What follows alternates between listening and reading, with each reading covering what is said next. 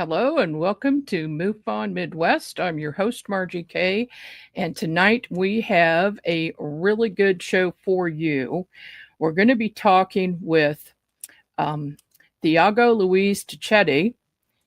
He was the president of the Brazilian Commission of Ufologists for 7 years and is now its international director. In 2017, he was appointed as assistant to the International Director of Mutual UFO Network, MUFON, in Brazil. And since 2021, he has been the National Director for MUFON in Brazil. He's a certified field researcher and member of MUFON's ERT and STAR teams.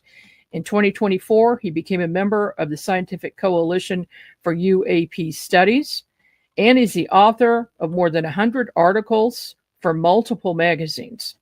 And now he's the author of this new book, UFO Attacks in Brazil. Welcome to the program, Thiago. Thank you very much, Margie. It's a pleasure to be here. And speaking to Missouri, my son's living in Missouri. Oh, does he really? Nice. Yeah. What part of the state? He lives in Columbia. Okay, it's right in the middle of the state, not far, right down the road from Kansas City where I am. Yes. So, yeah, usually we talk about UFOs in the heartland area, the Midwest area of the country, but we're going a little bit further today. We're going to go all the way down to Brazil. And Brazil has been a very active UFO hotspot, hasn't it?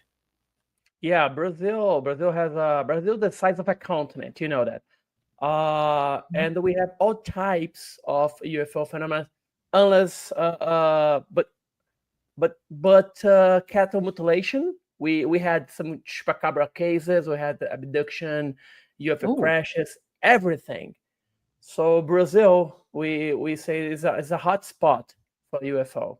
Yeah, most definitely. And I know most people in ufology know about the major cases in Brazil, but we're going to dig into one today in particular, where in Colares, Brazil. Can you tell us where that is? Yes, Colares is a city of the Pará state in the north of Brazil, and it's not the biggest.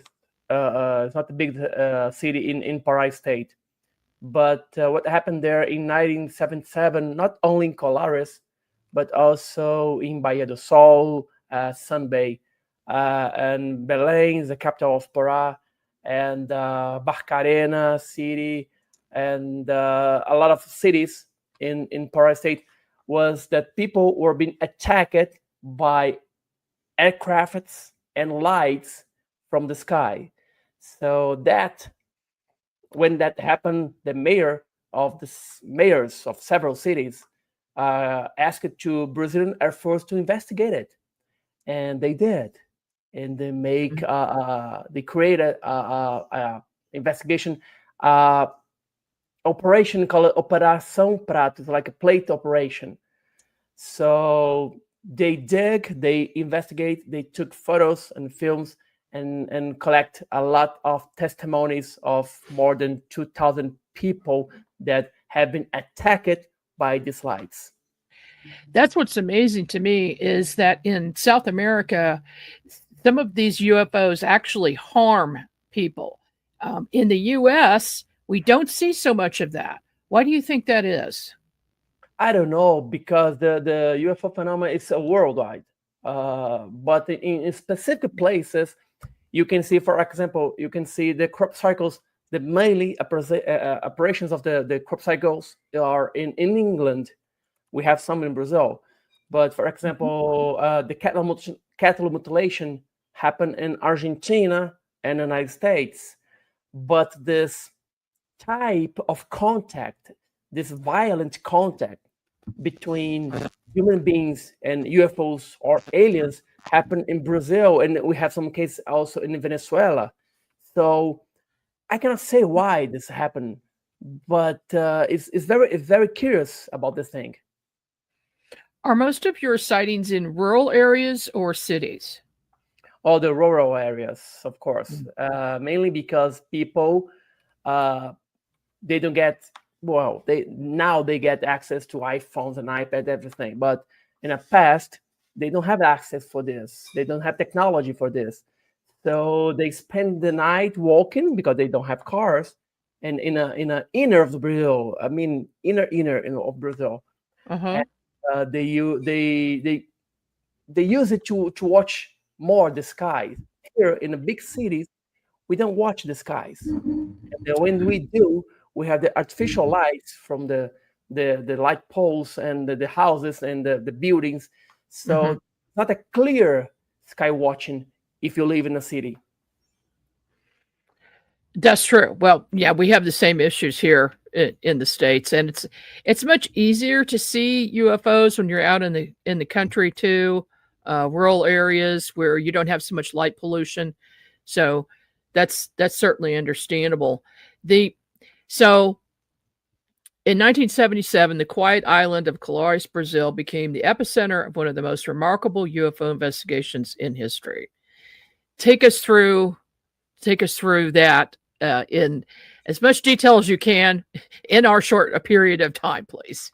Yes. Well, Colares is a inner city. It's not a rural, but it's in the middle of the jungle, the Amazon forest, the Pará state, Amazon state, Acre, Roraima, and Rondônia state are, and part of Maranhão state, they are covered by the forest, the Amazon forest, the rainforest. So we're talking something that happened in 1977, almost 40 years ago. And if you go there, and I went there with George Knapp to produce one of the episodes of the Investigation Alien, that's now is Netflix. We went there, and it's still a very far city from everything. You have to take a ferry to get to Colares. You have to take a ferry to get to Barcarena, another city. So what happened there in 1977 was something never seen before. People were being attacked by UFOs. I mean, it's not UFOs because you could see the shape of the objects. Some objects is the shape of cylinder. Some objects is like a classic disc, flying disc. Some is like a sphere, like orbs, big orbs. Mm-hmm. So people start to get afraid and leave the towns. So the mayors of these towns asked to Air Force to help them, to protect them, because those things came from the sky, and some came from the river, the Amazon River, the Rio Negro River, Black River. Oh. So people start to get very scared about it, and the military, the Brazilian Air Force, sent a team to investigate. And at first, they didn't believe it. They're seeing something, okay, like a helicopter or a plane, but the military started to watch also these UFOs, and the size of those UFOs were huge. Some like 13 diameter, something like 100 meters length of size. So it was a big ships. Were big ships there, and they start to investigate, and they start to collect testimonies from the witnesses. They start to take photos.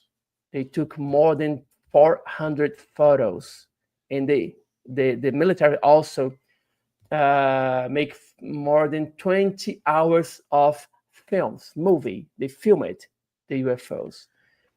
Now here in Brazil, what we're looking for? We're looking for the rest of the photos, and we are looking for the films, because these films just disappear. In my opinion, these films, they are not here in Brazil. They are in United States. Okay. Yeah, that makes sense. Our three-letter agencies sometimes show up and take things. So yeah, George Knapp told me the same. So, but for the book, you got a lot of pictures and a lot of evidence, and some of the injuries were very severe. Can you go Yes. over some of those? And how were they injured? Was it a beam of light, laser beams? What was it that caused it? Yes, the people were attacked by these beams of lights. Okay. Inside these lights, some witnesses could say that they saw three little lines, a yellow or blue or green or white inside this beam of light. And when this beam of light hit the people, they start to scratch and get red, and the people start to get nauseous and very dizzy. And some people went to the doctor. Dr. Velaide was the doctor of the place, of the area. And when those people went to the hospital, they took a blood sample and they confirmed it, they got anemia.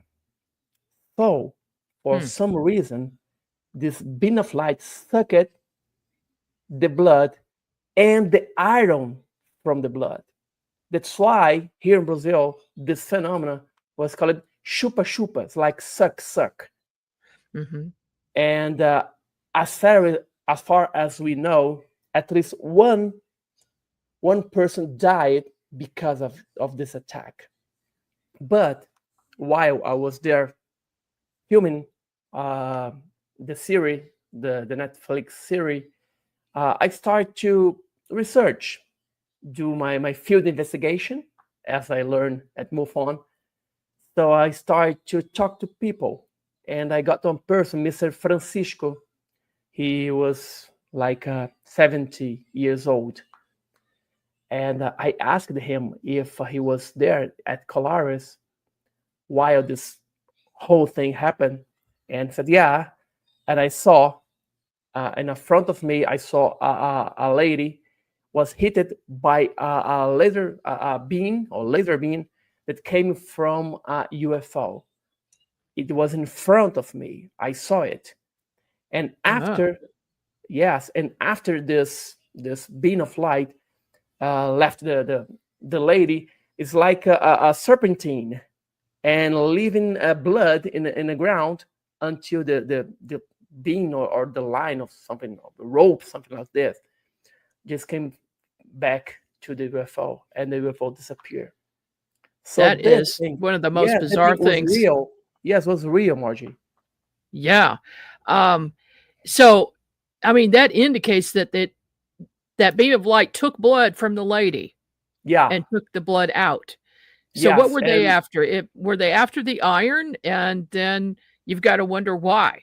For themselves, for their health, or were they using it for some other reason? No, the doctor didn't know what happened because the people that got hit by the beam of light got anemia. So they concluded that the beam of light sucked the iron from the blood.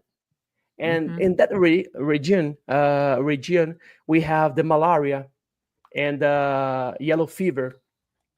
Yeah. And some people thought that, well, could be malaria or yellow fever, but not. The people tested to this disease and it was negative. So what happened? They didn't know. People got sick, very tired, sleeping for 2-3 days without get out of the bed. One of the main witnesses was Mrs. Aurora. She was hit. She was that one in the famous picture with the burning upside the breast and up of the breast. And I spoke with her, and she told me, Thiago, I was in a backyard of the house, washing dishing the plates, washing the plates and the cups of the dinner, and I saw a huge ball of light just appeared in the sky, and I tried to scream, but that ball of light just shot me a laser beam or a beam of light and hit me up the breast, and she just fell out. And after she remembered, after just being at the hospital, surrounded by doctors because they didn't know what happened to her. And almost 4 years from now, she still has the mark of the beam of light. She does. And she got and then she got sick and very weak and afraid to go out after the night. So it was something that traumatized a lot of people. We know we calculate that more than 200,000 people saw it. 200,000 people saw it, and more than 2,000 people were attacked by the UFOs. That's just amazing that somebody, well, whatever this was bold enough to be seen and not care that anybody saw them. So, and then you've got huge UFOs with thousands and thousands of witnesses, and then people becoming injured. And here is that picture of the lady you were mentioning. It's Aurora. Yeah, that's her. Mm-hmm. And was that picture taken at the time of the event? Yes. Or, okay. A couple of the days later, she was attacked. She was home, and she felt like something burning and scratching, and then became very, very red, and started to peeling. And she felt very weak, and what she saw, and she asked me, she told me, I wonder myself, why not my sister that was by my side? Why me? So we don't know. Oh gosh. Well, you had so many witnesses and you interviewed many for the book. Did anybody have missing time? No missing time. But as I told you, Colares is in the middle of the jungle. It's a city in the middle of the jungle. You have to take a ferry or boat or to get there. And from one city to another, you have to drive 3-4 hours, or have to go by boat. There's no other way. So we believe that many people were attacked, but or saw it, or had some experience that we never heard of. So it's very difficult to 100% that there's no missing time. We didn't hear it about missing time, but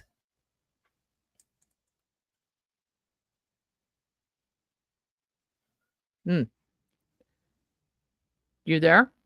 Yeah, I am. Yeah. Oh, okay. I thought I lost you for a minute. In the book, you do show this. Looks like a crop circle. Was that after one of the sightings? No, it was recently. It was taken in 2019. Oh. Where a boy just saw this mark, and around this mark there was 3 of this, and around it they got a water cockroach surrounded this circle, and he took a picture of a UFO in the top of the tree. We could not analyze this picture because he lost the original. It was like a old machine, like a Cybershot machine, and he lost the memory card. There, that's the photo. We went there. I went there. It's a soccer field.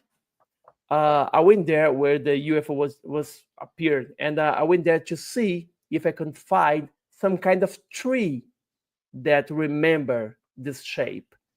There was no tree like this in Amazon. This tree reminds me of the araucarias trees in Curitiba, in the south of Brazil. But there's no way to have this araucaria in the north of Brazil because it's a different area habitat. Mm-hmm. So he found these huge circles in the middle. It's not in the middle, in the side of the soccer field, and surrounded was those water cockroaches, and inside the circle, or a little far from the circle, they found a scorpion, frogs, 2 snakes dead with no reason. And for days, the corpses of those animals remaining there, like no one trying to get it. And we are talking a jungle. So some animal, yeah, this water cockroach, you can see that there's 2 or 3 holes in the back of all the cockroaches. Who did this? And this cockroach is not common in those areas. This is it's almost like they were dropped there by the UFO. It's very strange because Mm-hmm. I spoke with many people in that area and separately turn. Mm-hmm. So they told me the same story. Oh, we see almost every week a ball of light coming in and coming out from the jungle and diving in the river. We see strange lights in the sky. We had a folklore telling that there's small people that live in there. So if you bring this folklore to the ufology, they could experience some kind of alien contact. So what happened there in Barcarena? We are talking about Barcarena, not Colares. Barcarena is another city. Mm-hmm. We can experience there was amazing. A lot of cases, a lot of witnesses until this day. It's not in the past. It's still going on. Yeah, it's still going on. Mm-hmm. This was happening in 2019. I collected reports from 2021, 2022, and we went there in 2023. So a lot of things happened there. Are you in contact with people from those regions until now and to today? And are they still having experiences? And are they the same people that have the experiences that make the reports, or are they new people? Almost everyone in the city. Mm-hmm. Almost everyone in the city. I still have some contacts, and they send me some photos, some films. Someone can explain like a satellites or the moon or airplane, but they send me anyway. But the strange things are still happen there. They still see balls of light, like meter diameter or more or larger, coming in and coming out from the river. So something happened there. We tried to make a sky watch there, and we didn't see nothing. But I hope to stay more time there to try to find something else. How deep is the river at that location? How deep? How deep? Oh, it's a Madeira River. It's very deep, very deep, very deep. Okay, so plenty of room to hide a few extraterrestrial aircraft. Yeah. Right. If you fly over the Madeira River or Amazon River or Pará River, it looks like the ocean. If you are in the shore of the river, you cannot see the other side of the coast. Oh, that's huge. It's huge. It's very, very that's huge. like a lake here. Yeah. Well, we have, of course, a lot of UFO sightings around rivers and oceans and lakes. And there are some people who believe that most of their bases are probably underwater, because what better place to hide? We have, only explored a very small percentage of our oceans. and we don't know what's down deep, deep, deep. We can't get there. So, the rivers, just in Missouri, for instance, we have the Missouri River, which is pretty big, and there have been multiple UFO sightings around that, and of course, our lakes and other areas. So, yeah, it's pretty common to happen. We are going to take a short break, and after this, we'll come back with Thiago Ticchetti to talk more about his latest book, UFOs Attacks in Brazil.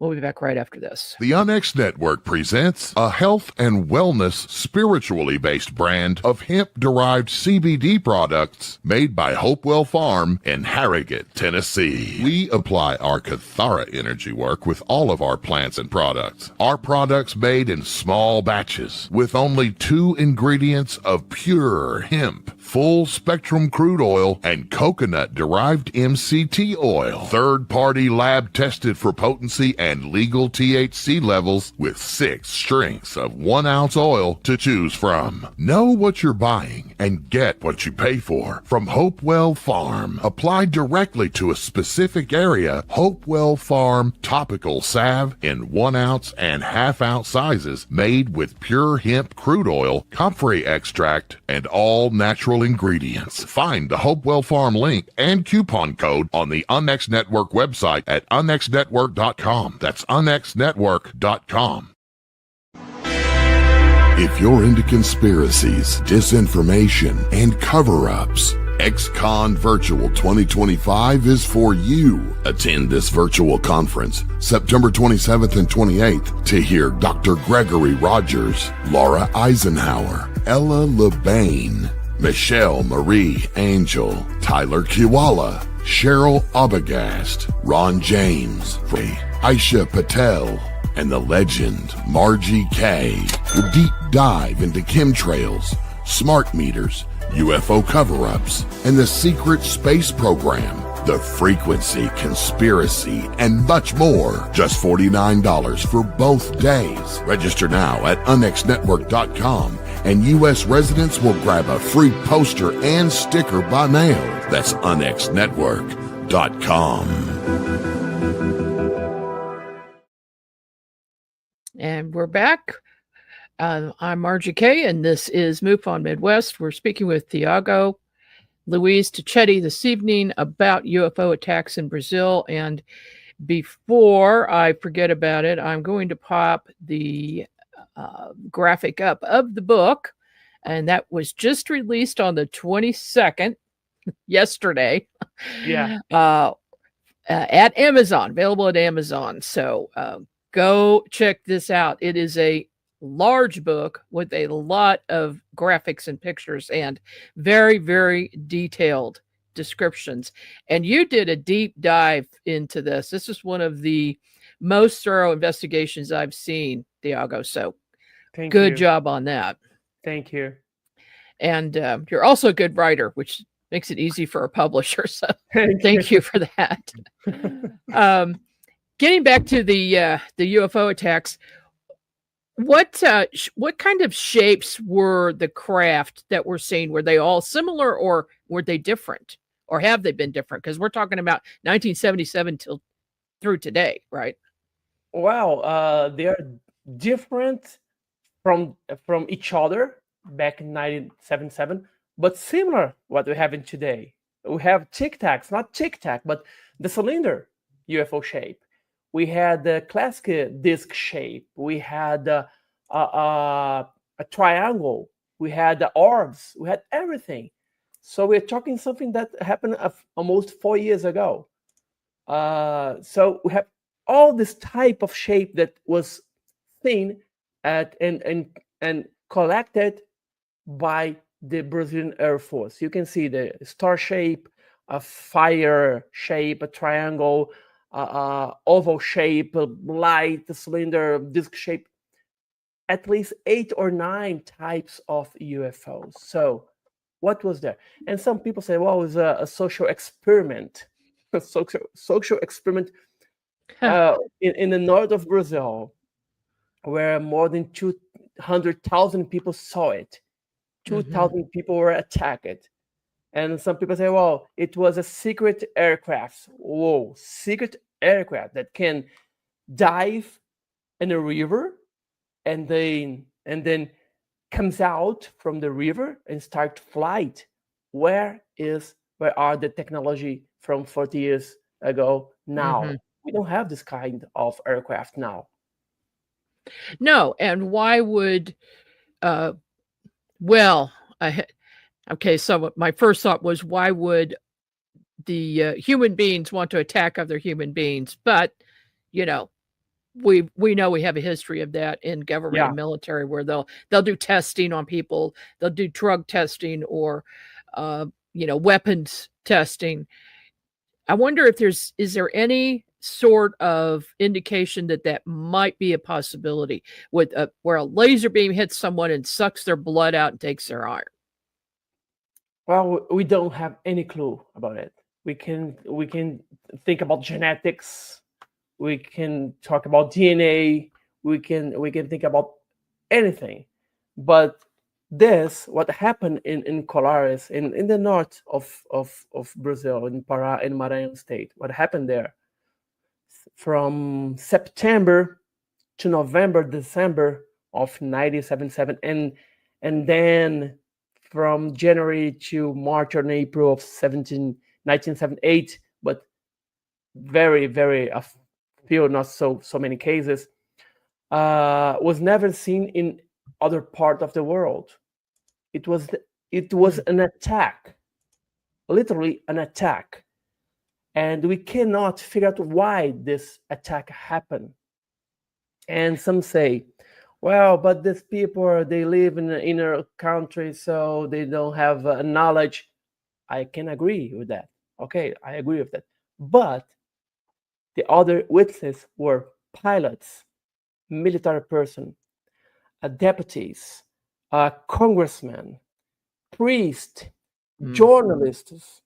So many people that had knowledge, and militaries from Brazilian Air Force, they had knowledge, and pilots, civilian pilots, they had knowledge, and they could not explain what was that. So I keep saying, we can say that it was extraterrestrial, it was aliens. I don't know, I cannot say that, but also I cannot explain with some mundane explanation. We don't have an explanation for that so far, almost 4 years from 1977.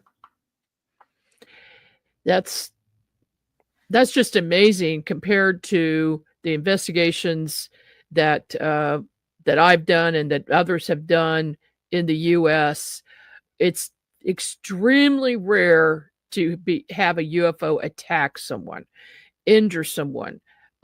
Missing time, yes. Take them aboard a craft and do something experimental, yes, and then they bring them back. There are some cases where people disappear and never come back. Did you have any of those cases during this flap? Not during this flap. People, we had no report of abduction. No report of abduction. A few reports of contact between a person and the human being or no human being. But most part of the interaction was an attack. Yeah, that's extremely unusual. That's what makes this case so outstanding. I do have a map that you have in the book, and this is your flap area, correct? Yes, where the main cases happened was from Manaus, and there's a lot of cities, and this shows the Colares city. But Belém is the capital. Santarém is the second largest city of Belém. Manaus is the capital of the Amazonas state, and São Luís is the capital of Maranhão state. So here we have 3 states of Brazil, Amazonia, Pará, and Maranhão, that were place of these attacks. And all of them are close to water or a river. Yes, that's it. Mhm. That is curious. Yeah.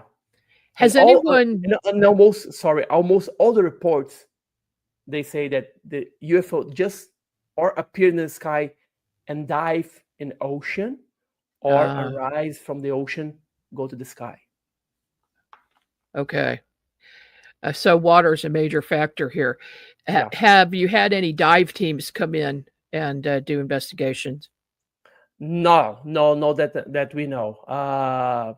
We had a report from the Brazilian Navy, but they had no divers in a place. They just got a report from a sighting of a UFO, but they did not investigate it. We're trying to get documents that can prove that they do something, but so far we have no documents. We're trying to get it from we have a FOIA here, the Freedom of Information Act. Is a different name, but the same thing. And we're trying to collect this document, but so far we have no success.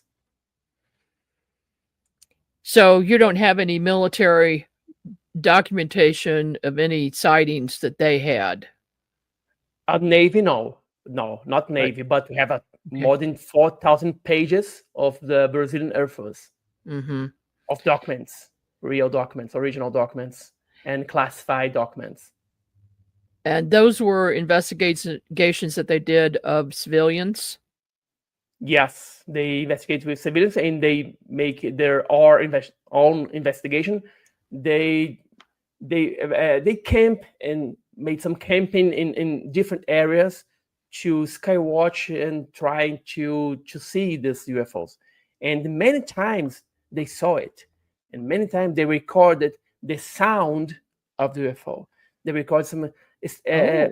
Yes, the sound was like a electric sound, just like a radio, a broken radio, something like this. And they recorded UFOs in the sky with film, and they took a lot of pictures as well. So they did several campings and make some sky watch in different parts of the cities to try to identify these UFOs. Did you hear any of the recordings?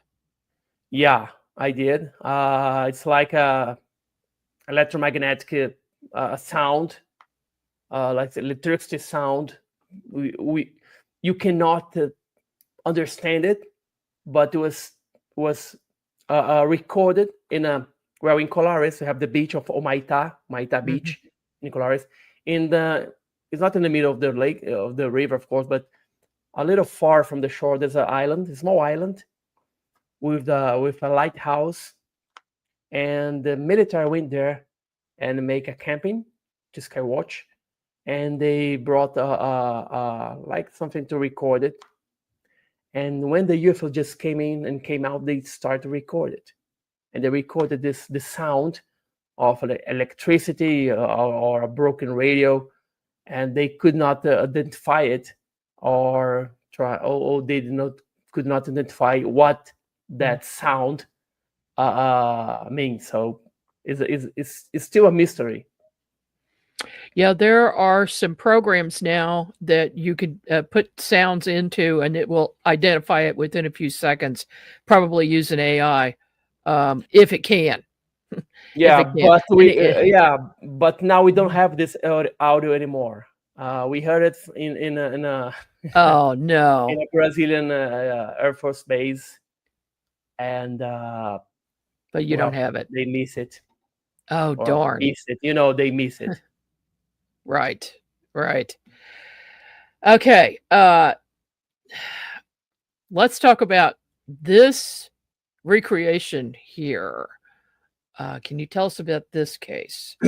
Yeah, three friends were chatting in front of one of their houses of the house, and then appeared this UFO like a cylinder, like a barrel, and from this object, laser beam just hit one of the person, and they could see inside of this ship, of this barrel, something like this in this UFO, they could see two figures, humanoid figures inside of this, because a part of the wall of this ship was made like glass, so they could see what was inside of the UFO. And they saw two small beings, both wearing a suit, and maneuvered some controllers inside the UFO. And they run.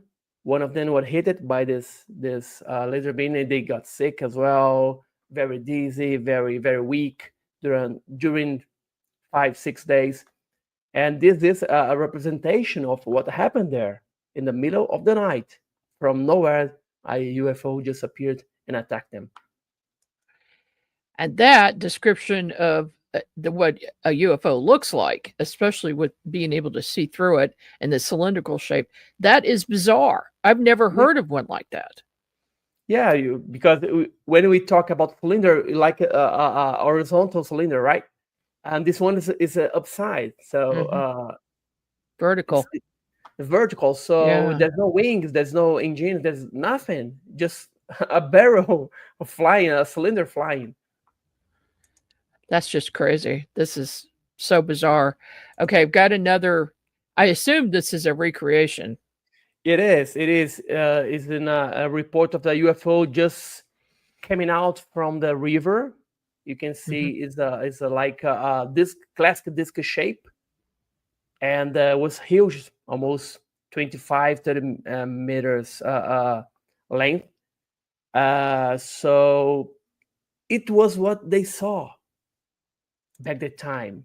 Many times they saw this UFO just rising from the waters of the river and disappear over the forest, or go to the city during the night, during the dawn, during the day. There's no time to attacks happen.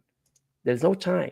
In the middle of the day, we have cases that in the middle, Dr. Velaide, she was in the middle of the Colares, in a central square of the Colares. There's a church, and in the middle of the day, she was there, and just above her head, and a lot of people, a disc-shaped, metallic, glowing object just appeared over her head, stood for a couple of minutes, and then fly away. So you've got people from all walks of life, with all levels of education and experience, and the work experience. It's not, doesn't seem focused on a particular group of people, but it does seem to be focused on areas near the rivers and the ocean. Yes, and the most victims were women. The most victims were women. Yeah, interesting. And the woman were hit up the breast, and the man in the neck and in the leg. So I don't know if it's a parameter, a pattern, but it's very curious as well. It definitely is. Gosh. Okay, this is one last picture I'm going to show. That's bizarre. Yeah, it's one shape of the UFO. You can see it's like arrow, but also it's like a spoon, and a spoon, upside spoon, and there's lights in a head of the spoon, and this object was huge, more than 100 meters, and just flew away over the river and disappeared. So what was that? We're talking about aircraft. Let's say aircraft. 4 years ago, without wings. How can we do? There's no drone, people. There's no drone in 1977. There's no Starlink satellites in 1977. In Amazon, that area was barely some helicopters and some airplanes. So how can we explain what these people saw it? And many of these people never heard before about UFOs. Never heard about before that. They don't have television. They had the radios. They don't have right. contact of the civilization like in a big city like São Paulo, Rio de Janeiro, Brasilia, Belo Horizonte. They live in the middle of a forest. Of course, they're not Indians. They're not monkeys, but the civilization was not like a big city. So how could they imagine it or create an airplane or a helicopter or an aircraft? Just, I saw it on TV. I'm going to report it and make people believe me. It's impossible. Yeah. Were any of the people who were witnesses or were attacked by the UFOs, were any of them, I'm just wondering, cured of anything? Did they receive a healing of any type? It's not like a health healing, but one of the witnesses, nicknamed Lieutenant, I spoke with him to the Netflix, but this part didn't show up. They didn't present in a series. I spoke with him, and he told me what happened to him. He was hit as well in an arm, and I told me, well, what do you feel? What's your impression? Why are you mad with them? And he told me, no, Thiago, they cured me. I said, whoa, they heal you? Yeah, they heal me. How so? Well, I was very afraid to speak in public. For me, he's saying to me, for me, it was a disease because I could not speak in public. After this event, after this attack, I start to get more courage to speak. So, well, I'm not a doctor, so I cannot say if it's a heal or not. But he says so. For him, he was healed after this contact. So it affected his life. Yes, affected his life. Correct. In some way. Yes, yeah. And it was permanent, I assume. Yes, for him was a heal. Did the attacks occur on children as well as adults? No children. And maybe because of one reason, when the attack started, they started with the fishermen. They was fishing, and the lights start to attack them first, and then the lights start to attack the people in the land. So the men get the woman, the elderly people, and the kids and put in a church or in some house and close everything. And they went to the beach, the river beach, and they went to the beach and started to make fire, the fireplace, and to bang some panels and use fireworks to try to avoid the UFOs, to scare the UFOs. They didn't work, of course, but we don't have any report of a kid being attacked by this UFO. Thanks God. Yeah, really. Okay, well, let's bring Fernanda in now. We've got Fernanda Perez with us. Hi, Fernanda. Take your mute off. How are you doing? Hello, Margie. Hi, Thiago. Hello, Fernanda.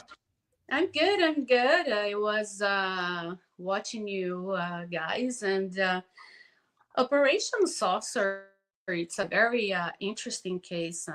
And I was listening to Thiago saying that the Brazilian Air Force collected photos, films, and hundreds of reports to the United States. And this also happened to the Virginia incident. They all went to the United States, and hopefully sooner or later will have access to all of this. And so, Margie, thank you very much for having us today. Well, thank you so And, much for introducing me to Thiago, and you know, we got the book published, so that was good. Quite a journey, I will say, trying to get that book done. I seem to be, I don't know, if I want to use the word cursed, but working on books from Brazil, there's something that always seems to happen, like the whole file disappears, you know, just little things like that.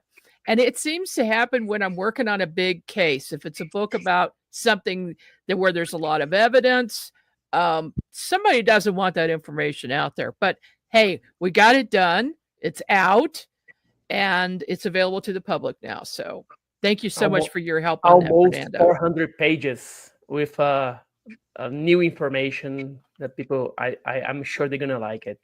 Yeah, absolutely. Oh yeah, I highly recommend this book. And yeah, Margie, like I was saying, I'm glad you had the opportunity to interview Thiago about Operation Saucer, as well as Pacatini about Virginia incident.